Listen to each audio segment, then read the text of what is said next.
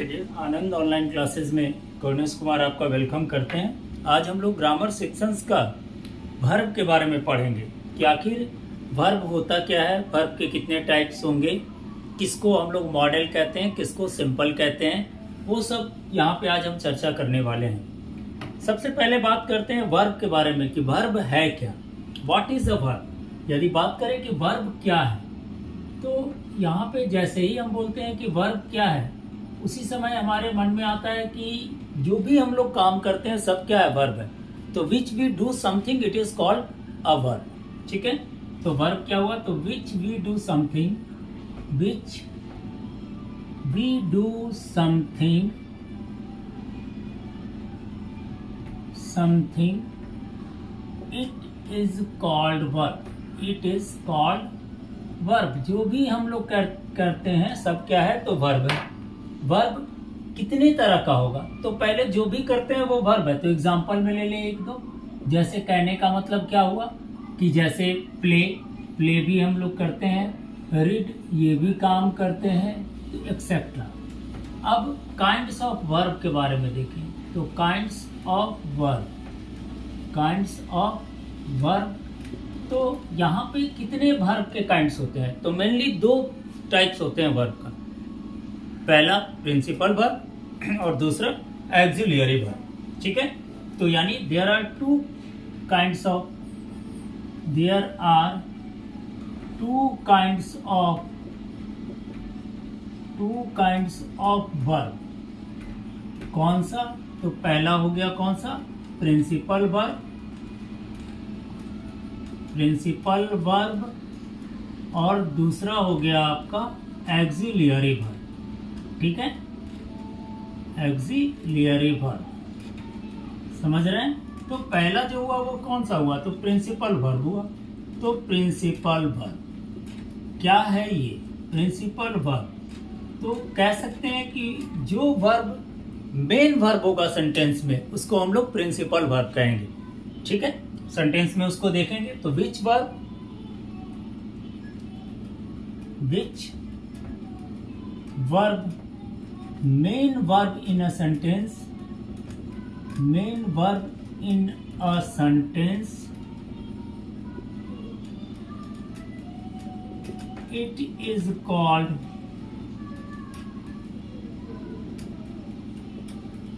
Principal verb. ठीक है, इसको हम लोग क्या बोलते हैं, तो it is also called main verb. इसको याद रखिएगा, it is also called main verb, main verb. तो ये कैसे हुआ प्रिंसिपल वर्ब, तो एग्जांपल ले लीजिए। जैसे लिखते हैं कि Ram it's a mango, Ram it's a mango, तो इसमें क्या हो गया, प्रिंसिपल वर्ब कौन हो गया, इट्स हो गया, चूंकि ये मेन वर्ब है तो इसको हम लोग कहें कि ये क्या है, तो प्रिंसिपल वर्ब हुआ। ठीक है, स्क्रीनशॉट लीजिए इसका।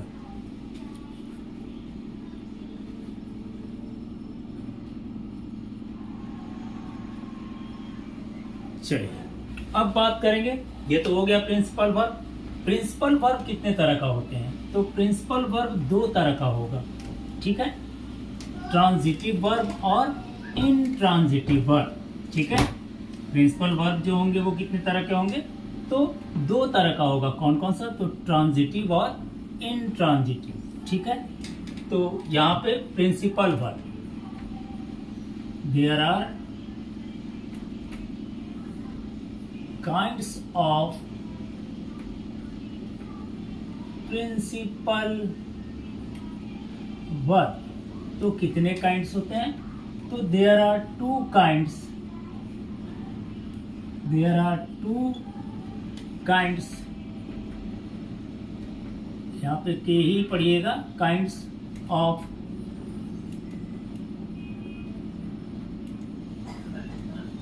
Principal verb. पहला कौन सा, तो ट्रांजिटिव वर्ब, ट्रांजिटिव वर्ब, और दूसरा जो हुआ वो हुआ इनट्रांजिटिव वर्ब, इनट्रांजिटिव वर्ब। दो तरह का हुआ, पहला कौन सा, ट्रांजिटिव वर्ब, और दूसरा इनट्रांजिटिव वर्ब। तो ट्रांजिटिव वर्ब किसको कहेंगे? ट्रांजिटिव वर्ब भी दो पार्ट में बटेगा चलकर, ठीक है। तो ट्रांजिटिव वर्ब किसको कहेंगे? तो जो ऑब्जेक्ट लेगा वो ट्रांजिटिव वर्ब कहलाएगा, और जो ऑब्जेक्ट नहीं लेगा वो इनट्रांजिटिव वर्ब कहलाएगा, ठीक है। तो ट्रांजिटिव वर्ब के बारे में बात करेंगे कि ट्रांजिटिव वर्ब कहते किसको हैं। तो विच वर्ब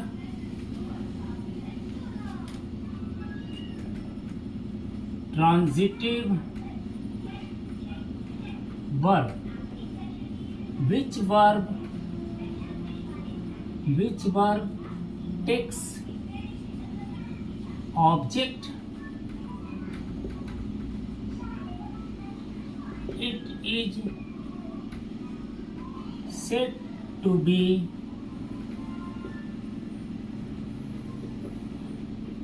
ट्रांजिटिव वर्ब, ठीक है। एग्जाम्पल हो गया जैसे क्या, तो राम इट्स अ मैंगो, ठीक है।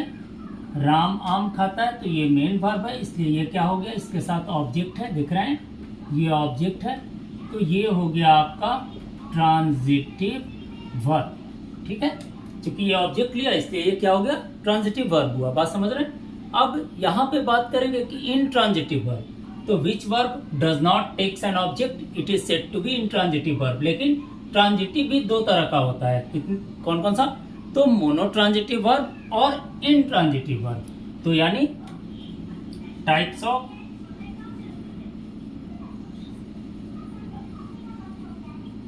ट्रांजिटिव वर्ब, ठीक है। तो there are two types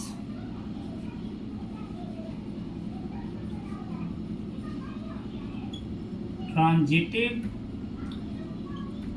verb, कौन कौन सा? तो पहला मोनो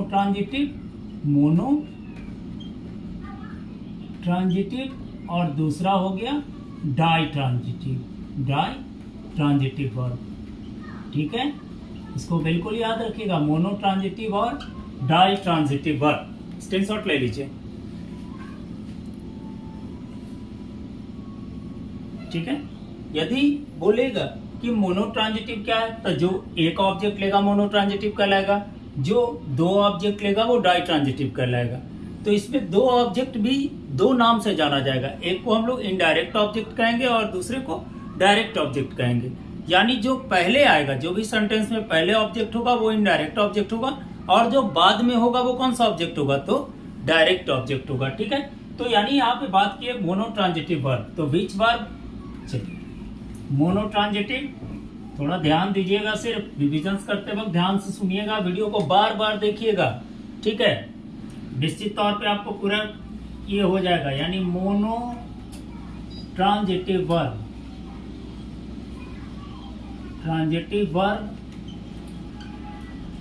तो ये किसको कहते हैं? तो which verb takes an object, एक ऑब्जेक्ट लेगा, an object, it is said to be mono transitive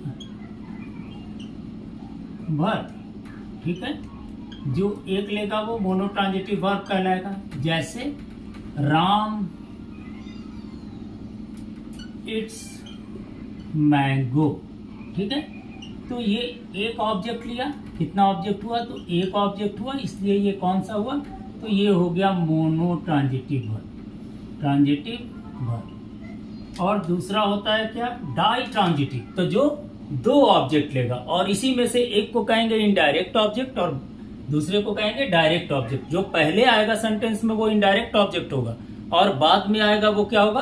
तो डायरेक्ट ऑब्जेक्ट होगा। जनरली यही बात होती है, ठीक है। उसके बाद यदि हम चाहते हैं कि नहीं डायरेक्ट ऑब्जेक्ट को पहले करें, तो उसके साथ एक इन्फिनेटिव यूज करेंगे। तो यहाँ पे बात करते हैं ditransitive verb, ditransitive verb. तो लिखेंगे which verb takes two object it is called ditransitive verb। ठीक है, जैसे लिख दें कि I forgave him, I forgave him, या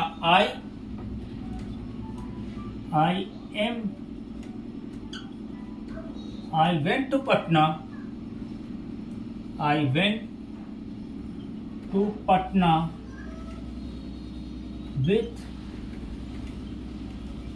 my brother।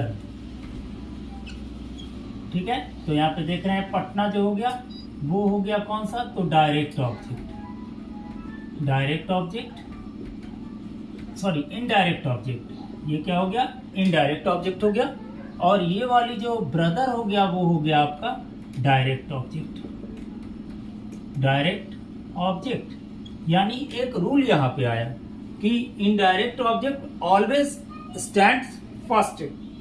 ठीक है, यानी कहने का मतलब एक रूल लिखते हैं कि इनडायरेक्ट ऑब्जेक्ट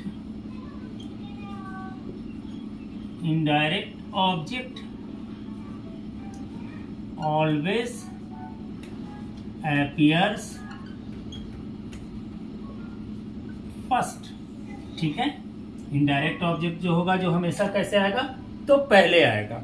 ठीक है, जैसे यहाँ पे हम लोग ले सकते हैं कि यदि हम लोग चाहते हैं कि नहीं भाई हम डायरेक्ट ऑब्जेक्ट को पहले कर दें, तो डायरेक्ट ऑब्जेक्ट को पहले करने के लिए हमको कोई इन्फिनेटिव्स यूज करना पड़ेगा। तो यहाँ पे लिख दें कि we use direct object before indirect object.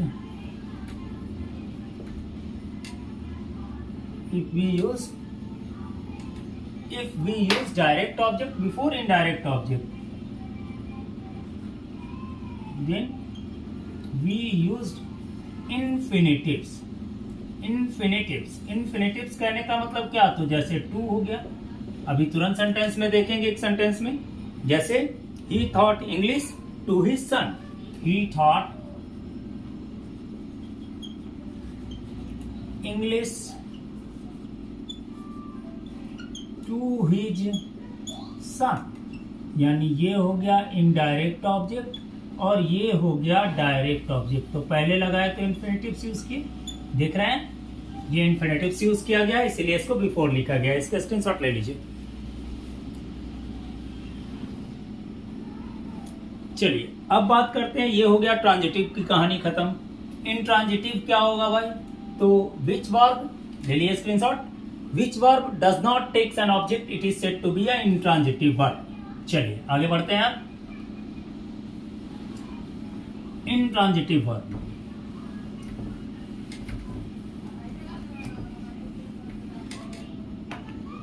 intransitive verb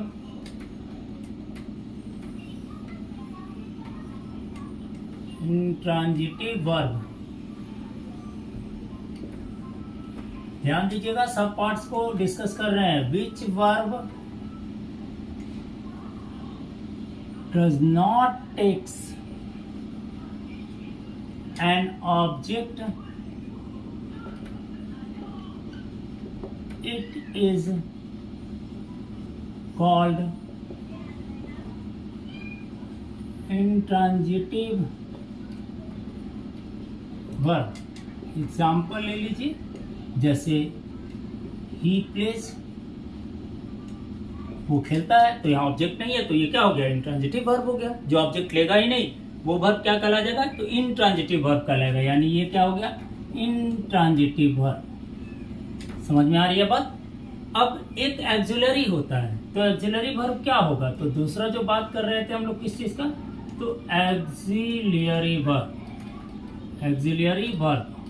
ठीक है, तो एक्सिलरी वर्ब किसको कहते हैं, तो which verb helping verb in a sentence it is said to be auxiliary verb, it is also called helping verb. जो helping करेगा, जैसे is, am, are, was, were, can, could, सब क्या है, हेल्पिंग वर्ब है, तो वो क्या होंगे आपका एक्सिलरी वर्ब होगा। तो which verb which verb is helping verb in a sentence? It is called auxiliary verb. It is also called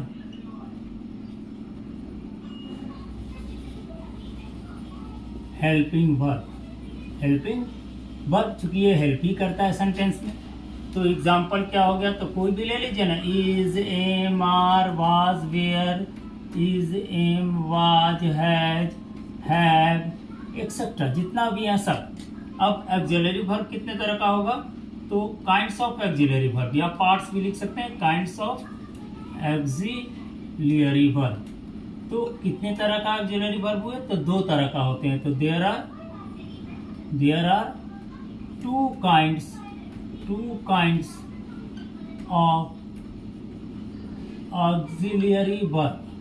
ठीक है, समझ में आ रही है बात. पहला कौन सा, तो simple auxiliaries, simple auxiliary verb. और दूसरा कौन सा, तो पहला हो गया सिंपल ऑक्सिलरी और दूसरा सेकंड कर दीजिए model auxiliary verb. Auxiliary verb, ठीक है. मॉडल और सिंपल दो तरह का ऑक्सिलरी वर्ब होता है. अब मॉडल क्या होंगे और सिंपल क्या होंगे, तो सिंपल ऑक्सिलरी वर्ब किसको कहते हैं, तो जिसका क्या होगा, फॉर्म सब्जेक्ट के अनुसार बदलता है. जो ऑक्सिलरी वर्ब सब्जेक्ट के अनुसार बदलेगा उसको हम लोग सिंपल ऑक्सिलरी कहेंगे. जैसे ही के साथ वाज यूज करते हैं, लेकिन यू के साथ वेयर यूज करते हैं, तो यहाँ पे चेंज हो रहा है ऑक्सिलरी वर्ब, तो ये हो गया सिंपल ऑक्सिलरी वर्ब. ठीक है, तो सिंपल ऑक्सिलरी वर्ब, इसका स्क्रीनशॉट ले लीजिए.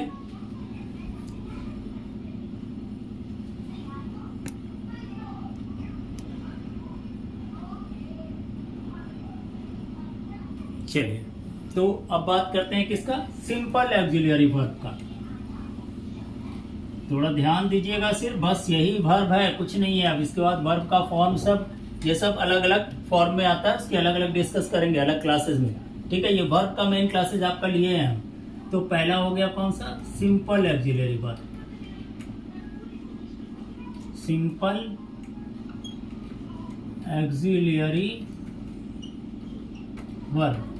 Which auxiliary verb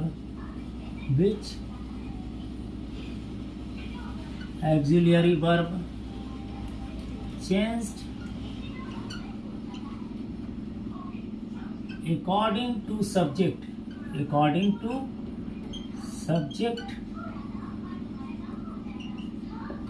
It is called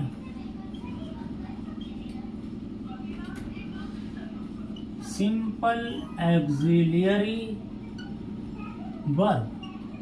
कौन कौन, तो एग्जाम्पल ले लीजिए. Is, am, are, is, am, are, was, were, has, have, etcetera. सब सब्जेक्ट के अनुसार चेंज होते हैं. यदि कहीं सिंगुलर है तो इज लगाते हैं, प्लूरल है तो आर लगा देते हैं, कहीं पे आई है तो वाज लगाएंगे, यू है तो वेयर लगाएंगे. ठीक है, सेकंड नंबर हो गया modal auxiliary verb. Which auxiliary verb form लिखिए. Which auxiliary verb form cannot change according to subject.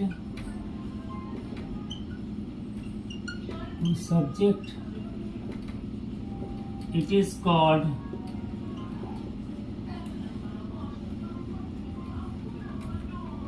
model auxiliary verb. Example, can, could, etcetera. ठीक है, ये हो गया मॉडल ऑक्सिलरीज. यानी अभी तक हम लोग क्या पढ़े, तो हम लोग यही पढ़े, इसका स्क्रीनशॉट लीजिए. अभी तक हम लोग यही पढ़े कि वर्ब क्या है, वर्ब कितने तरह का होता है, थोड़ा सा एक डेटा रिप्रेजेंटेशन देख लीजिए। जो चीज पढ़े उसका रिकैप कर दे रहे हैं हम आपको 2 मिनट में, 1 मिनट में। पहला पढ़े वर्ब, तो सबसे पहले लिए वर्ब, ठीक है। वर्ब का कितना पार्ट, तो 2 पार्ट। पहला कौन सा, तो आपका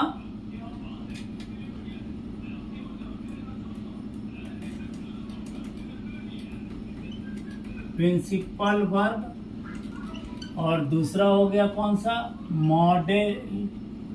एक्सिलरी वर्ब, एक्सिलरी वर्ब, ठीक है। प्रिंसिपल वर्ब कितने तरह का बटा, तो 2 टाइप में बटा। कौन सा, तो ट्रांजिटिव वर्ब, ट्रांजिटिव वर्ब, और दूसरा इंट्रांजिटिव वर्ब, इंट्रांजिटिव वर्ब। फिर ट्रांजिटिव वर्ब 2 तरह से बटा, कौन कौन सा, तो मोनो ट्रांजिटिव वर्ब, और दूसरा डाई ट्रांजिटिव वर्ब, ठीक है। और इंट्रांजिटिव वर्ब तो ऑलरेडी एक ही एग्जिट किया। और एक्सिलरी वर्ब भी क्या बचा, तो 2 पार्ट में बटा। कौन कौन सा, तो एक्सिलरी वर्ब हो गया कौन सा, तो simple axillary, simple axillary verb, और ये हो गया कौन सा, तो model axillary verb, model axillary verb, ठीक है। ये हो गया। अभी इस क्लास में आपको काफी है। एक ऑब्जेक्ट के बारे में याद रखिएगा, इस कॉलम को यहाँ बना दे रहे हैं कि ऑब्जेक्ट क्या होगा, तो 2 तरह का होगा। एक होगा direct object, indirect object, indirect object, और दूसरा होता है आपका डायरेक्ट ऑब्जेक्ट, ठीक है। समझ गए बात को, चलिए ये सब बात समझ में आ गई है। इसका स्क्रीनशॉट ले लीजिए, और आप लोग आनंद ऑनलाइन क्लासेस चैनल को आप लोग सब्सक्राइब कीजिए, जिससे मैं आपको वीडियो जो दे रहा हूँ या अपलोड कर रहा हूँ वो आप तक आराम से पहुंच जाए, ठीक है। मैं आपको बिल्कुल ओरिजिनल वीडियो देता हूँ, एकदम ऑफलाइन क्लास जैसा, ना तो किसी तरह का एडिट करता हूँ, ना किसी तरह का थंबनेल लगाता हूँ, कुछ नहीं। आपको बिल्कुल ओरिजिनल, जैसे आप ऑफलाइन क्लास में क्लास देते हैं या पढ़ने जाते हैं, वैसी तरह से आपको भी मैं इस क्लास में लेता हूं। आप आशा करेंगे कि वर्ब चैप्टर आपको समझ में आ गया होगा। मेरे कमेंट्स में जरूर लिखेंगे, कुछ बदलाव का जरूरत है वो भी बताएंगे, उसको भी मैं चेंज करूंगा। चलिए, थैंक यू।